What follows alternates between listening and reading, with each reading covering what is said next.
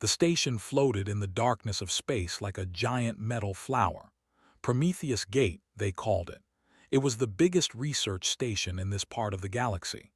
Inside its white corridors, scientists from dozens of alien worlds worked together, studying creatures that most people only saw in nightmares. Walked through Section 7 with his toolkit in hand. His boots made soft sounds on the metal floor. He had worked here for 3 years now, fixing things, checking systems, making sure everything ran smoothly. The other workers often ignored him. Humans were still new to the galactic community. Many aliens thought humans were weak, too soft to matter. Didn't mind. He liked the quiet work. He liked understanding how things worked. Today, he was heading to the containment sector, the most dangerous area of the entire station. His tablet showed a warning about energy fluctuations near cell block X. Nothing serious, probably just normal wear. But it needed checking. As he walked, he passed Park in the hallway. She was young, maybe 25, with bright eyes that always seemed to be analyzing something. She carried a stack of data pads and nearly dropped them when she saw him.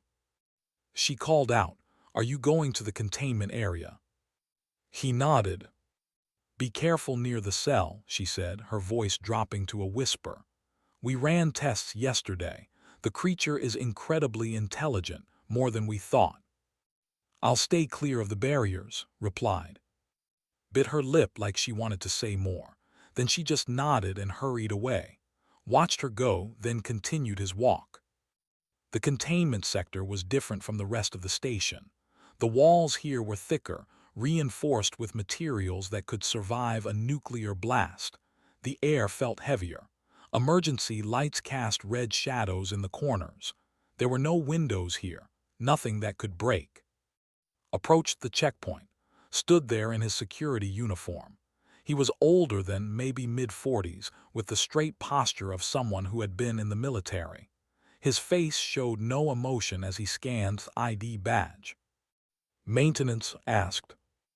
"Energy fluctuation in Sector 7 Beta," answered. His eyes narrowed slightly. "That's near the primary containment cell." "I know. The is active today, more than usual." His hand rested on his plasma pistol. "Don't take any chances. Those barriers are the only thing between us and that monster."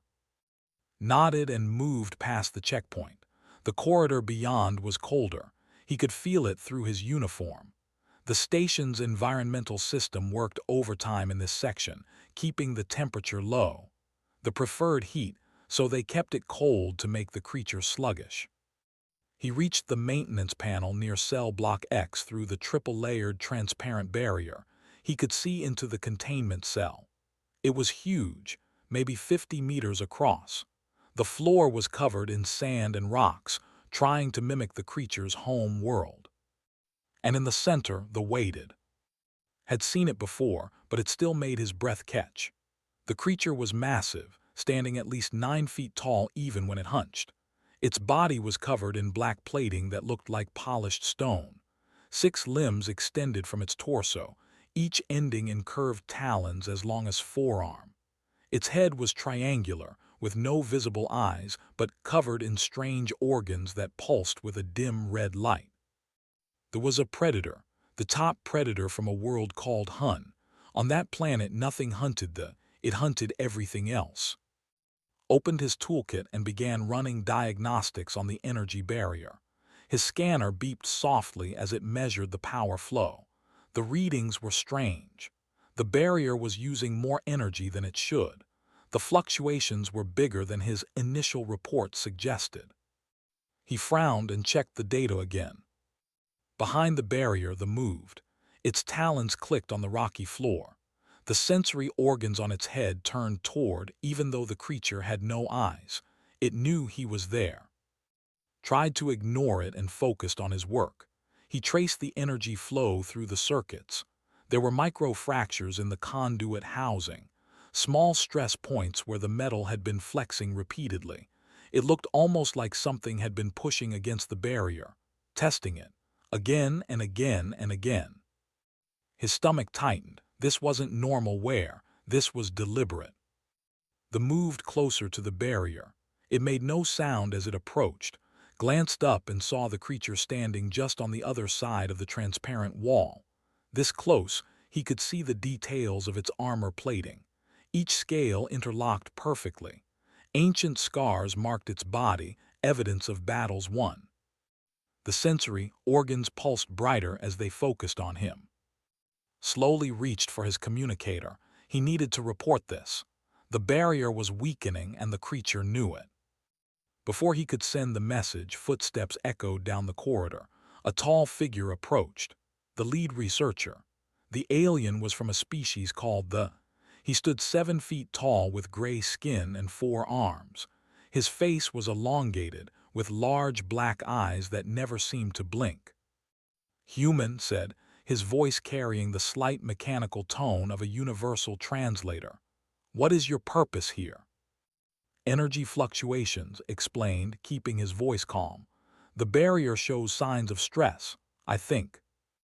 "Your concerns are noted but unnecessary," interrupted. He gestured with 2 of his hands at the containment cell. This facility was designed by the finest minds in the Consortium. The mathematical probability of containment failure is 0.003%, effectively impossible. But the wear patterns are within acceptable parameters. Moved closer, looking down at with something like amusement. "You must understand, human. Your species is very new to galactic civilization. You lack the experience to properly assess such systems. Trust in the knowledge of those who have built empires while your world was still in its information age." Felt heat rise in his chest, but he kept his face neutral. Getting angry wouldn't help. He simply nodded and closed his toolkit. Turned to observe the magnificent, isn't it? We captured this specimen after a 3-year operation. It killed 17 hunters before we subdued it. The perfect example of evolutionary success. Pure predatory efficiency. The creature shifted, its attention moving from 2. The sensory organs pulsed in a pattern didn't recognize. "It's studying you," said quietly. Laughed, a sound like grinding metal.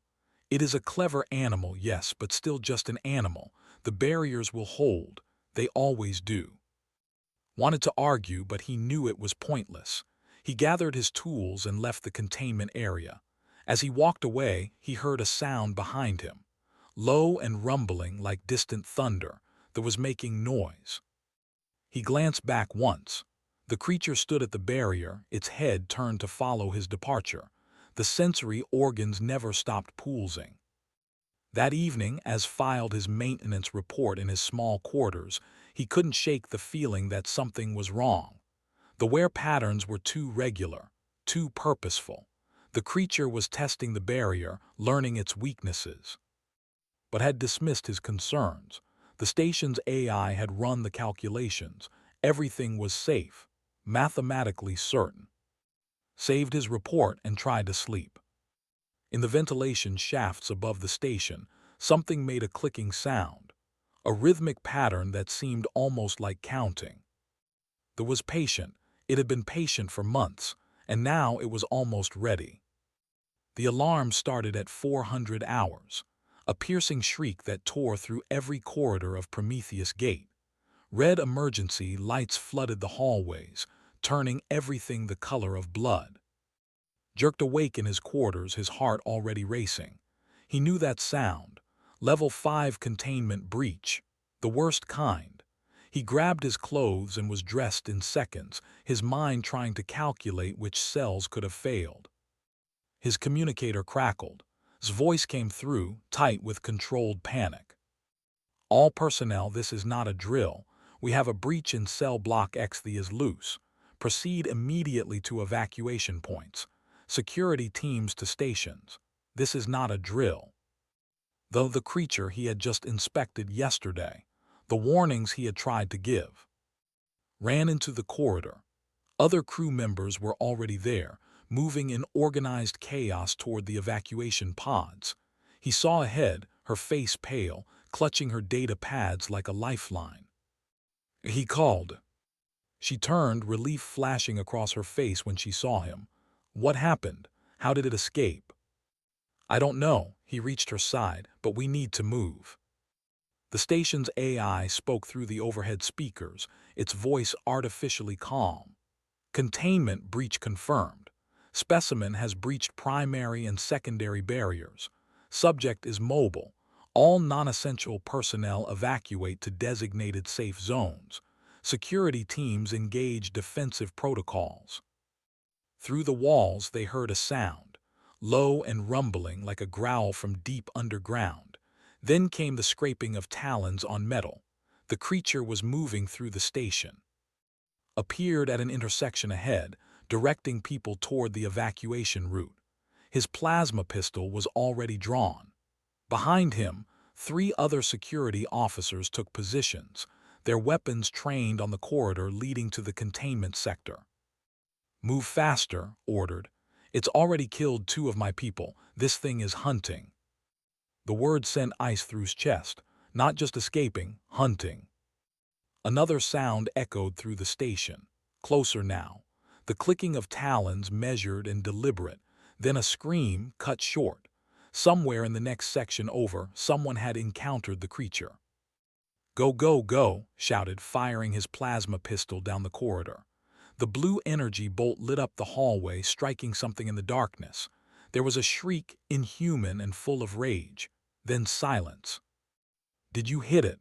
One of the security officers asked. I don't know, admitted. Keep moving, get the civilians to safety. And ran with the others. The corridor split ahead. Left led to the main evacuation pods. Right led through the maintenance tunnels, a longer route but one that bypassed the main corridors where the creature might be. This way, said, pulling toward the right passage. But the evacuation. Everyone else is going that way. If the is hunting, it will follow the crowd. He didn't say the rest, that they would be safer alone, even if the route was longer. Nodded and followed him into the maintenance tunnels. The passages here were narrow, barely wide enough for 2 people side by side. Emergency lighting cast long shadows. The walls were covered in pipes and conduits, all the hidden machinery that kept the station alive. Behind them, they heard more weapons fire. Screams. The sounds of something large moving through tight spaces, tearing through obstacles that got in its way. How is it so fast? Whispered as they moved. The environmental controls should have it sluggish. We keep the station cold specifically to slow it down. Maybe it adapted, said. You said it was intelligent. Intelligent enough to plan this. His voice shook. That's not possible. It's a predator, not a... A massive crash interrupted her. The sound came from somewhere above them, metal tearing. The vibration shook the walls. His communicator crackled again. His voice came through, breaking up with static. All teams, creature is not, repeat, not fleeing, heading toward, human residential sector, pattern suggests. The transmission cut out and stopped moving, looking at each other in horror. The human residential sector, repeated. That's where most of the human crew sleep. Why would it? It studied us, said, the realization hitting him like cold water. When I was at the containment cell yesterday, it was studying me, learning. It knows which species is which. But why target humans specifically? Didn't have an answer. They needed to keep moving. He checked his tablet, pulling up the station map. Their current position put them 3 sections away from the nearest evacuation pod, but the route would take them close to the human residential area. Close to where the creature was hunting. We need to warn them, said, reading his expression. Anyone still in that section doesn't know it's coming for them. Knew she was right. He changed direction, moving through the tunnels with practiced efficiency. He had walked these passages hundreds of times during maintenance runs. He knew every turn, every access point. They reached an observation port that looked into one of the main corridors, carefully looked through the transparent panel. The hallway beyond was empty, claw marks the walls. One of the ceiling panels had been torn open, revealing the ductwork above. It's using the maintenance shafts, realized, moving through the walls. A clever predator. It could attack from any direction, bypass security checkpoints, and avoid the open corridors where weapons could be brought to bear. They moved on. The sounds of the creature grew louder, then quieter, then loud again. It was circling, searching. The station's AI continued its calm announcements, updating evacuation numbers and breach locations. 14 personnel confirmed dead, 32 still unaccounted for. And reached a junction point. Ahead, the tunnel split into 3 directions. The left path led to the evacuation pods. The right led deeper into the maintenance system. The center path led to the human residential sector. "I'm going to warn them," said, her jaw set with determination. "We'll both go," replied. They took the center path. The tunnel here was older, part of the station's original construction. The metal creaked under their feet. Tablets showed life signs ahead. 6 people, still in their quarters. Either they hadn't heard the alarm or couldn't reach the evacuation routes. The tunnel opened into a maintenance access room. Beyond it was a door leading to the residential corridor. Checked the door's camera feed on his tablet. The hallway outside was dark. Emergency lighting had failed in this section, but in the dim red glow he could see movement. Something large, hunched low, moving with horrible silence. That was already there. Saw it too on the tablet screen. Her hand covered her mouth. Those people. The creature stopped at one of the doors. Its sensory organs pulsed, reading something through the wall. Heat signatures, movement, prey. The door began to buckle as the applied pressure. The metal groaned. Someone inside started screaming. Made a decision. He grabbed a heavy wrench from the tool rack on the wall. It was stupid. It was suicide, but he couldn't just watch. "Stay here," he told. "Lock the door behind me. If I don't come back, use the maintenance tunnels to reach the evacuation pods." "No." He opened the door and stepped into the dark corridor. The head snapped toward him. The sensory organs flared bright red, analyzing this new presence. The creature abandoned the door it had been breaking through and turned its full attention to. In the dim emergency lighting, the predator looked even more terrifying than it had behind barriers. Its black armor plating reflected no light. Its 6 limbs moved with fluid grace. The talons on each foot clicked against the metal floor as it took a step toward him. Stood frozen, the wrench feeling pathetically small in his hand. The creature was 30 meters away, then 25, then 20. It was taking its time, savoring the hunt. His heart hammered in his chest. Every instinct screamed at him to run, but he knew running would trigger the chase response, would make him prey. So instead, he stood still and stared back at the monster approaching him. The paused, 15 meters away now. Its sensory organs pulsed faster, scanning him repeatedly, reading his heat signature, his chemical composition, the tension in his muscles. 10 meters. His grandfather had told him stories about the old days in Korea, about facing tigers in the mountains, about how you never ran from a predator. You stood your ground. You made them decide if you were worth the fight. 5 meters. The creature's head tilted, like it was confused. The sensory organs changed pattern, pulsing in a rhythm had never seen before. And then something impossible happened. The stopped. Its front limbs slowly extended outward, talons spread wide. Its massive body lowered closer to the floor, head dipping down. It looked like submission. Like a bow. Time seemed to stop. Stood in the dark corridor, wrench still gripped in his hand, staring at the impossible sight before him. The apex predator that had killed 14 people in less than an hour was bowing to him. The creature's massive body stayed low to the ground. Its 6 limbs were spread wide, talons flat against the floor. The sensory organs on its head pulsed with rapid, frantic patterns of red light, like it was trying to communicate something, or maybe like it was afraid. But that couldn't be right. Nothing scared her, that's what it said. On its home world, it was the top of the food chain. It feared nothing. Didn't move. His mind raced, trying to understand what was happening. Behind him, through the maintenance door, he could hear sharp intake of breath. She was watching through the camera feed, seeing the same impossible thing he was. They made a sound, low and rumbling but different from the hunting growls they had heard earlier. This sound was softer, almost uncertain. The creature's head moved slightly, the sensory organs never stopping their frantic scanning of its body. What was it seeing? What information was it reading that made a perfect killer suddenly bow? His heart was still pounding, but his breathing steadied. He thought about his grandfather's stories again, about respect between predators, about understanding when you met something that could match you or exceed you. Slowly, keeping his movements smooth and controlled, took one step backward. They didn't follow. It stayed in its submissive posture, watching him retreat. Another step, then another. The creature began to move, but not toward him. It was backing away, pulling its massive form further down the corridor. Its head never turned from. The sensory organs stayed locked on him, still pulsing with that frantic red light. 10 meters, 15, 20. They reached an intersection in the corridor. For a moment, it paused there, silhouetted against the emergency lighting.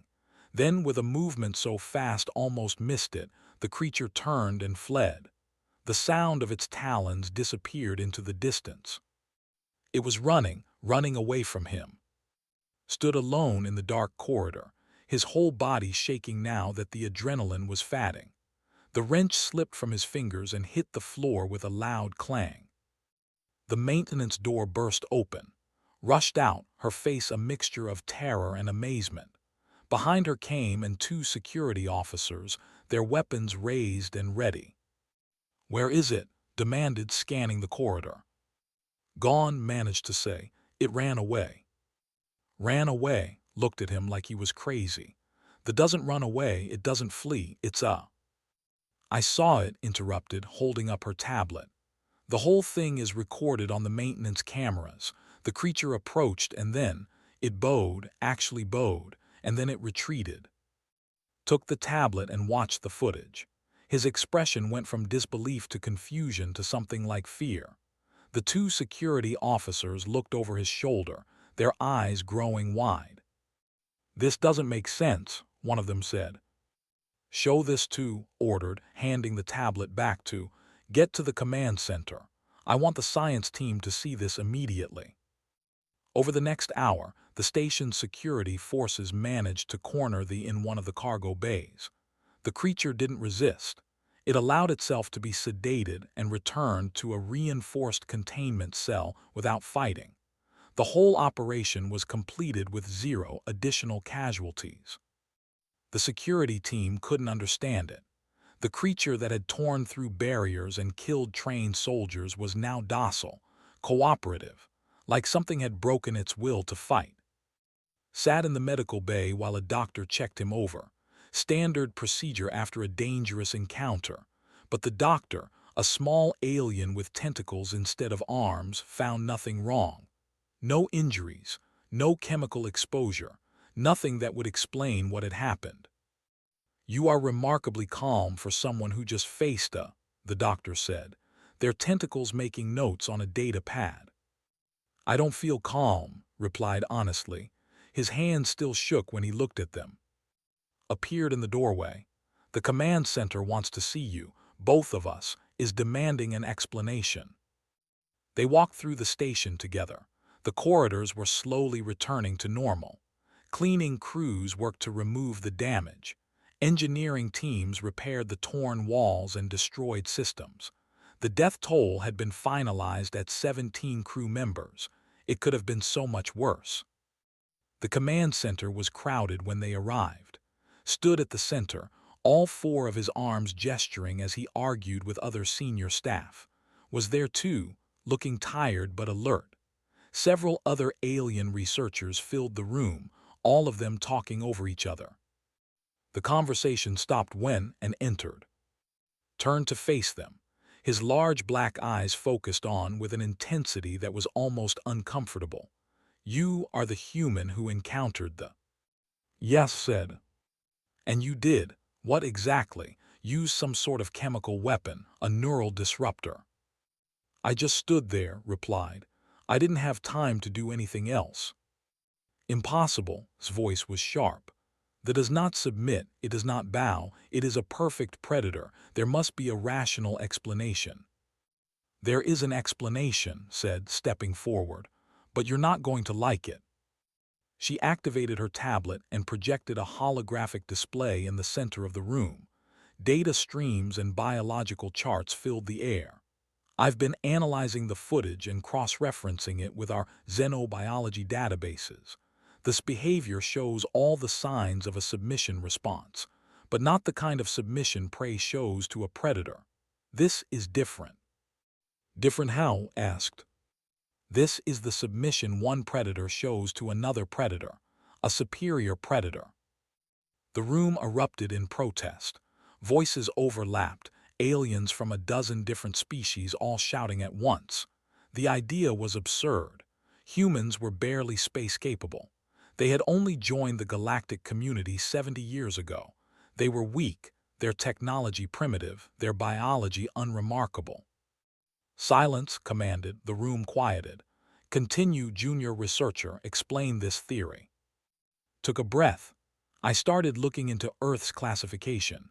Most of you don't know this, but Earth was recently upgraded to a Class 12. That got their attention. A Class 12 was the same classification as Hun, this home planet. "Earth," someone said, "but it looks so peaceful. The images show blue oceans and green forests."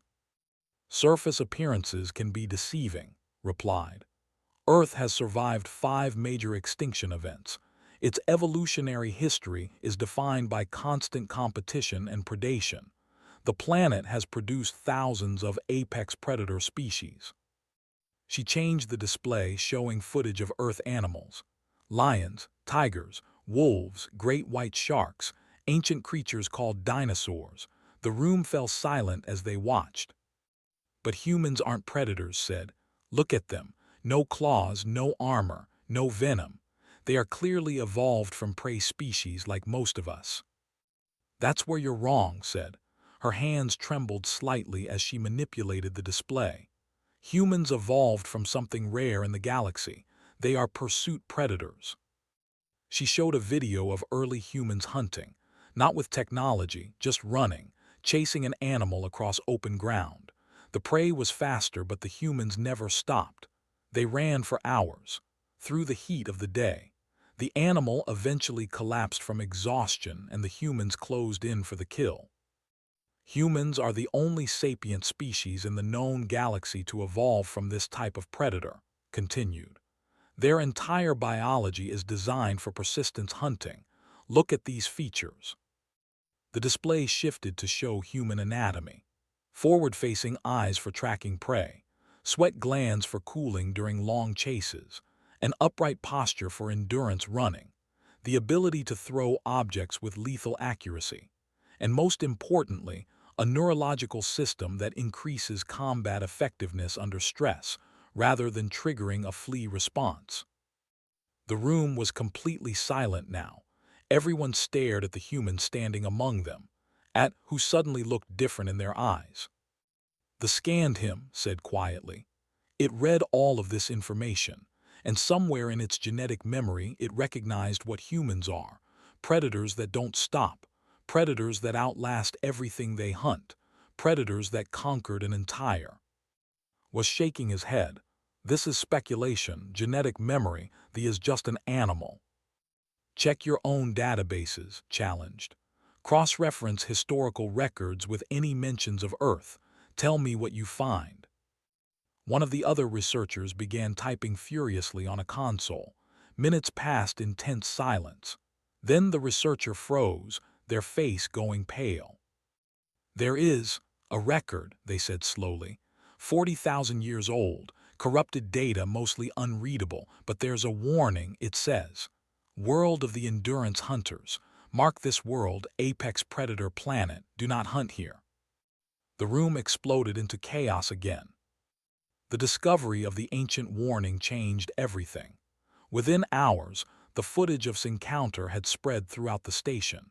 Within days, it reached the Galactic Consortium headquarters. Scientists, military leaders, and politicians all wanted to understand what it meant. Found himself at the center of attention he never wanted. Researchers requested interviews. Security forces wanted to study his reactions. Other humans on the station looked at him with a strange mixture of pride and fear. He tried to return to his normal maintenance work, but it was impossible. Every corridor he walked down, conversation stopped. Aliens stared at him. Some moved out of his way, giving him more space than necessary, like they were suddenly afraid to get too close. Had thrown herself into research. She barely slept, spending every moment in the archives, pulling data from hundreds of worlds. Her quarters were covered in notes and holographic displays. When visited her 3 days after the incident, he found her surrounded by screens showing Earth's evolutionary history. "Look at this," she said, not even greeting him. She was exhausted, her eyes red, but she was energized by what she had found. "I've been comparing Earth to every other in the database. 17,000 known species. Guess how many evolved from pursuit predators?" "I don't know," said. "One, just humans. Every other sapient species evolved from prey animals, scavengers, or ambush predators. Nobody else evolved the way you did." She pulled up a comparison chart. It showed human biology next to several alien species. They evolved from herd animals. Their stress response is to flee or freeze. The tree-dwelling prey species. Even the aggressive, the ones everyone thinks are warriors. They're ambush predators. Fast attacks, quick kills, then they retreat if it doesn't work. "And humans?" asked, though he already knew the answer. "Humans chase. You don't give up. Your ancestors would track wounded prey for days. They would run until the animal literally couldn't move anymore. Then they would kill it." Looked at him with something between amazement and fear. "Do you understand how terrifying that is to every other species in the galaxy?" Sat down heavily. "I'm not terrifying, I fix maintenance systems. I've never hunted anything in my life." "But your body is built for it. Your mind is built for it. When that scanned you, it saw all of that, the genetic potential, the evolutionary design." She pulled up another display. "I found more records, not just from the 7 other species have ancient warnings about Earth.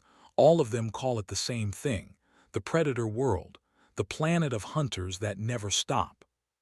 7 species knew about Earth 40,000 years ago. At least 7, maybe more records were lost." Hands shook as she manipulated the displays. "This means Earth had visitors long before we developed space travel, scouts, researchers, maybe even hunters looking for prey, and every single one of them left warnings. Stay away from that planet. The creatures there are too dangerous." Appeared in the doorway. "They want to run tests," he said too, "physical tests, combat simulations. They want to understand human capabilities." "I'm not a soldier," protested. "I know, but they're not just asking you. They're asking every human on the station." Looked uncomfortable. "The Consortium is reevaluating Earth's status. They want to know if humans are a threat." The tests began the next day. They were voluntary, but every human on the station participated. Nobody wanted to refuse and risk confirming fears that humans were dangerous. The physical tests were humbling. Humans weren't the strongest species. They could lift 3 times what any human could. Humans weren't the fastest. They could sprint at speeds that left humans far behind. Humans weren't the most agile. Several species could climb and jump in ways humans couldn't match. But then came the endurance tests. They set up a running track. Each species was asked to run until they couldn't continue. They gave up after 20 minutes. The lasted 30. Most species collapsed before an hour passed, their bodies overheating or their muscles failing. The humans kept running. After an hour, After 2 hours, after 3, they sweated, their cooling systems working perfectly. Their breathing stayed steady. They just continued. When the test administrators finally stopped the evaluation after 6 hours, the humans were tired but still functional. They could have kept going. The researchers watched the data in silence. One of them, a scientist, named or spoke what they were all thinking. They really don't stop. The stories are true. The combat simulations were next. They weren't testing violence. The administrators were careful to explain. They were testing reaction times and decision-making under stress. They put in a simulation where he was being chased by a predator, a virtual environment that felt completely real. The simulation showed a creature from mythology, something called a shadow stalker. It was designed to trigger fear responses. To the researcher's surprise, his heart rate increased, but his thinking became clearer, faster. His body released chemicals that made him more focused, not less. When the virtual predator attacked, fought back instead of running. His hands found rocks in the simulation environment and threw them with surprising accuracy. This is the human adrenaline response, explained to the research team. Under threat, most species panic. Their higher thinking shuts down. Humans do the opposite. They become more alert, more capable. It's an adaptation for fighting back against predators. Watch the simulations with increasing unease. This should not be possible. They are so physically weak compared to true predators. That's the point, said. Humans don't rely on physical strength. They rely on intelligence, endurance, and cooperation. They hunt in groups. They make weapons. They don't need to be stronger than their prey. They just need to outlast it. The final test was the most revealing. They brought in a psychological evaluator, a species known for their ability to read emotional states. They asked about his encounter with the... "What did you feel when you saw it?" the evaluator asked. "Fear," answered honestly. "But you didn't run." "No." "Why not?" "Thought about it. Running would have meant dying, so I stood still. I looked at it. I tried to understand if I could survive a fight." "You considered fighting it?" The evaluator's tentacles curled in surprise. "It was a possibility, not a good one, but I was evaluating options." The evaluator made notes. "Most species in your situation would have frozen in terror. Their minds would have shut down, but you were still thinking, still planning. Even when facing certain death, you were looking for a way to win." "Is that wrong?" asked. "No," the evaluator said quietly. "It's just very, very different from how the rest of us are built."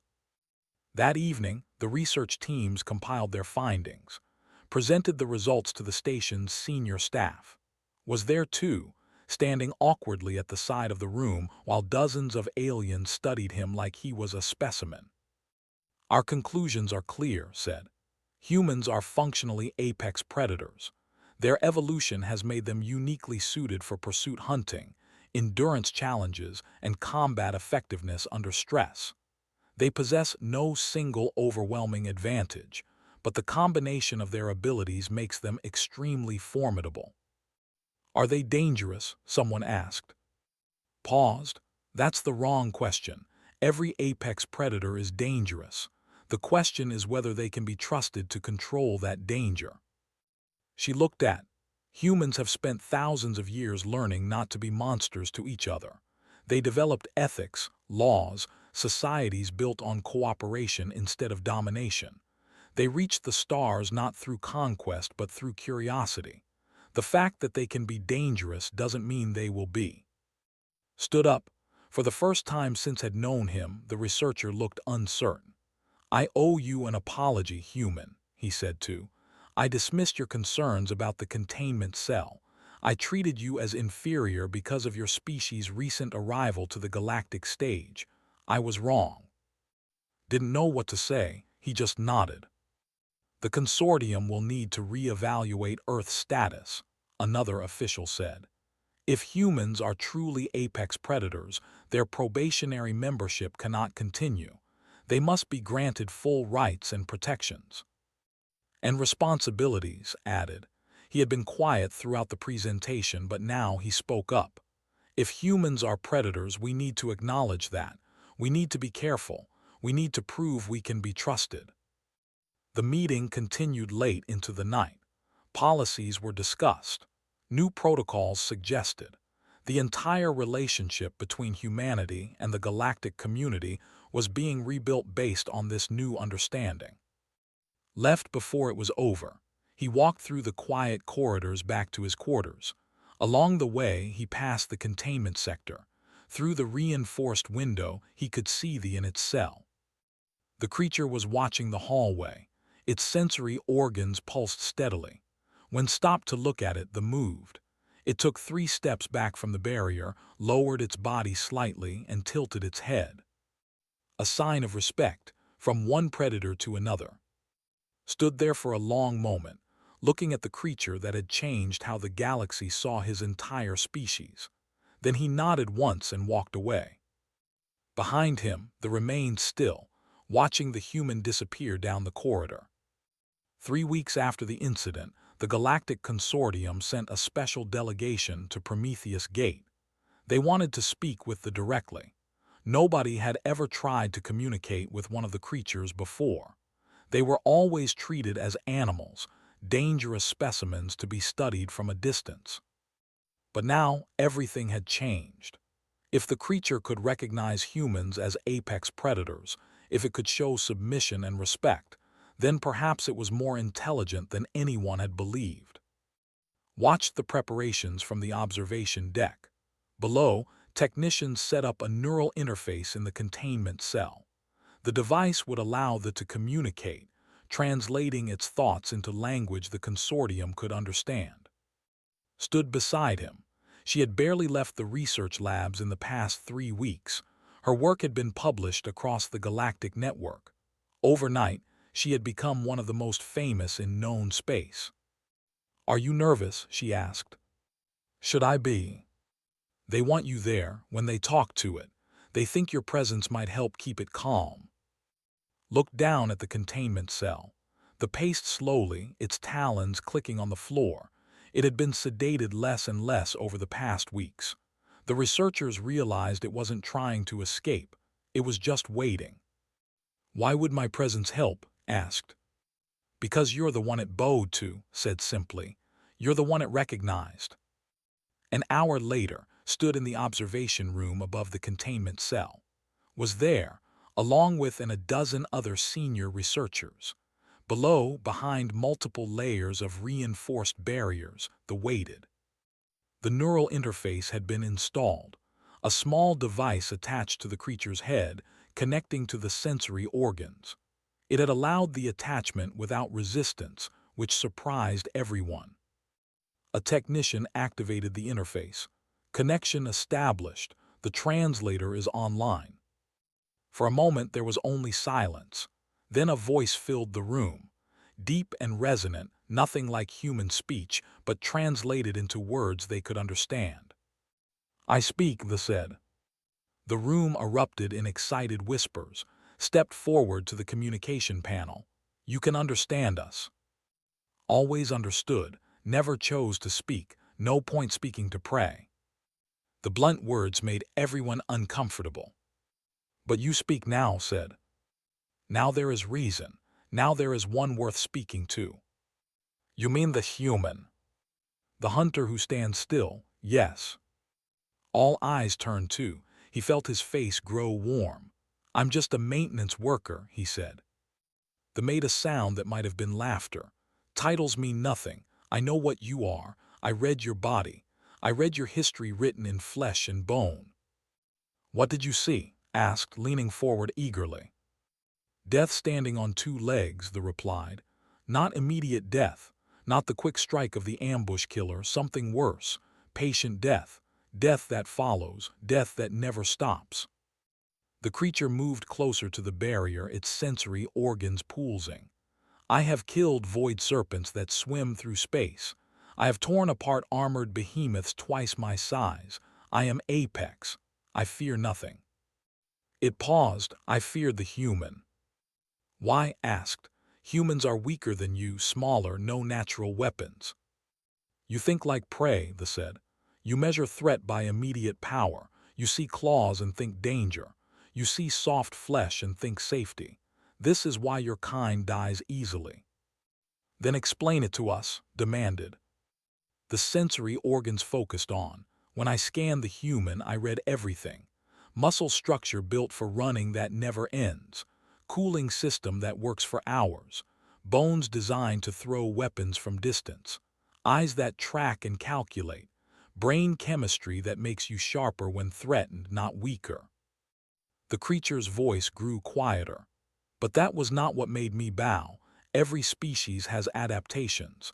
What terrified me was the genetic memory, the history written in your cells. What history? Whispered. Death of the megafauna, they said. I saw it in the human's genes. Memories passed down from ancestors. Your kind evolved alongside creatures bigger and stronger than me. Predators with fangs longer than my talons. Prey animals that could crush you with one step. And you killed them all. The room was silent. You hunted them to extinction, not with overwhelming power, with patience, with intelligence, with the terrible certainty that you would never stop chasing. The mammoth ran, you followed, the great cats hid, you found them. The wolves hunted in packs, you hunted in larger packs. This voice carried something that sounded like respect. You are not the strongest, you are not the fastest, you are not the most armored, but you are the most terrifying thing evolution has ever created, because you do not know how to give up. Felt strange hearing himself described this way. He had never thought of humans as terrifying. They were just people. They worked jobs, raised families, worried about ordinary things. When I looked at the human, they continued, my genetic memory screamed warnings. 40,000 years ago, my ancestors sent scouts to that blue world. They went a hunt. They thought they would find easy prey. What happened to them? Asked. They died. The primitive humans had only stones and wooden spears, but they tracked my ancestors across continents. They followed for days without rest. They threw rocks from distances my ancestors thought were safe. They worked together in groups larger than any pack, and when my ancestors fell from exhaustion, the humans closed in and finished them. They made that sound like laughter again. The last scout sent a warning before dying. Do not hunt on this world. They are the superior predator. They will never stop.